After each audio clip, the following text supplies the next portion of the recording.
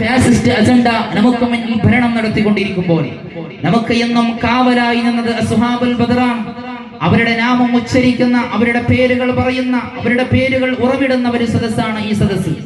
അതുകൊണ്ട് എന്റെ ശബ്ദം ശ്രവിക്കുന്ന പ്രിയപ്പെട്ട ഈ സമൂഹത്തിലെ യുവത്വത്തിന് വല്ലാത്ത വില പരിശുദ്ധമായ ദീനുൽ ഇസ്ലാം കൽപ്പിച്ചിട്ടുണ്ട്. മഹാനായ റസൂലുള്ളാഹി സ്വല്ലല്ലാഹു അലൈഹി വസല്ലമ തങ്ങൾ പറഞ്ഞു തരുന്നത് രണ്ട് നിഅമത്ത് ഏറ്റവും വലിയ നിഅമത്താണ് എന്ന് പരിശുദ്ധ റസൂൽ. നിഅമതാനി മഗ്ബൂൻ അസ്ഹഹതു വൽ ഫറാഗ്. രണ്ട് അനുഗ്രഹങ്ങളെ കുറിച്ച് പരിശുദ്ധ റസൂൽ മുഹമ്മദ് മുസ്തഫ സല്ലല്ലാഹു അലൈഹി വസല്ലമ തങ്ങൾ പറഞ്ഞു തരുന്നു. എന്റെ പ്രിയപ്പെട്ട യുവാക്കളെ ശ്രദ്ധിക്കണം. ഇന്ന് ഒരുപാട് പ്രശ്നങ്ങൾ നമ്മുടെ സമൂഹത്തിനിടയിലാണ് സംഭവിക്കുന്നത്. ഇന്ന് കഞ്ചാവിന്റെ പേരിൽ പിടിപെട്ട് നിൽക്കുന്നത് മുസ്ലിമീങ്ങളാണ്. കഴിഞ്ഞ ദിവസവും പുത്തൂറിൽ വെച്ച് നടന്ന ഒരു കാർ ആക്സിഡന്റിൽ അതിൽ നിന്ന് പുറപ്പെടുത്തുമ്പോൾ കിട്ടുന്നത് കഞ്ചാവിന്റെ പാക്കറ്റുകളാണ്. അതിലും പിടിക്കപ്പെട്ടവർ മുസ്ലിം നാമമുള്ള നമ്മുടെ സമൂഹത്തിലെ മുസ്ലിം ചെറുപ്പക്കാർ എന്ന് പറയുമ്പോൾ നാം ആത്മീയതയിൽ നിന്ന് അകന്നുപോയി. അതിന്റെ കാരണമാണ് ഇത്തരത്തിലുള്ള പ്രയാസങ്ങളും പ്രതിസന്ധി ഘട്ടങ്ങളും തരണം ചെയ്യേണ്ടി വന്നത്. പരിശുദ്ധ ഖുർആൻ നമ്മെ ഓർമ്മപ്പെടുത്തി തരികയാണ്. ഖുർആൻ നമ്മെ വിളിച്ചു പറയുന്നുണ്ട്, നിങ്ങൾ വിഷമിക്കരുതേ, നിങ്ങൾ പ്രയാസപ്പെടരുതേ, നിങ്ങൾ എല്ലാ സമയത്തും ഉന്നതരാണ് എന്നാണ് പരിശുദ്ധമായ ഖുർആൻ പറയുന്നത്. ഏത് അക്രമിയായ ഭരണാധികാരി കടന്നു വന്നാലും എന്നാലും പരിശുദ്ധമായ ഖുർആൻ നമുക്ക് മുമ്പിൽ ചരിത്രങ്ങളെ നിർത്തിക്കൊണ്ട് പറയുന്നു, വഅൻതുമൽ അലൗന ഇൻ കുൻതും മുഅ്മിനീൻ. നിങ്ങൾ സത്യവിശ്വാസികളാണെങ്കിൽ നിങ്ങൾ എല്ലാവർക്കും മുകളിലാണ് എന്നാണ് പരിശുദ്ധമായ ഖുർആൻ നമ്മളോട് ഓർമ്മപ്പെടുത്തി തരുന്നത്.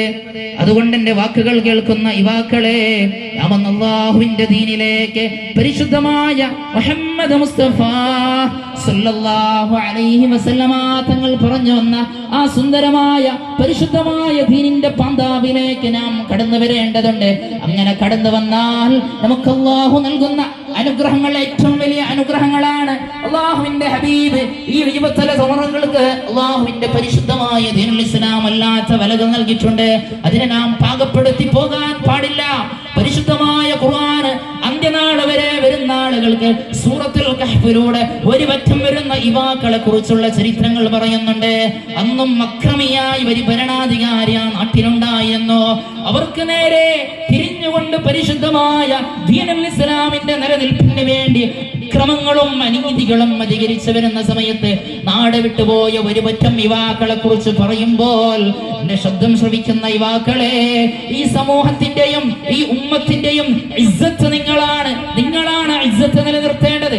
യുവത്വം നന്നായി കഴിഞ്ഞാൽ ഈ സമൂഹം നന്നായി കഴിയുമെന്ന് പരിശുദ്ധ റസൂൽ മുഹമ്മദ് മുസ്തഫ സല്ലല്ലാഹു അലൈഹി വസല്ലമ തങ്ങൾ പറഞ്ഞു തരുന്നുണ്ട്.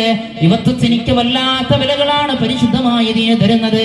അങ്ങനെ ഒരു പറ്റം യുവാക്കളാണ് പരിശുദ്ധമായ ബദറിന്റെ രണാങ്കണത്തിലൂടെ പൊരുതിപ്പോയത്.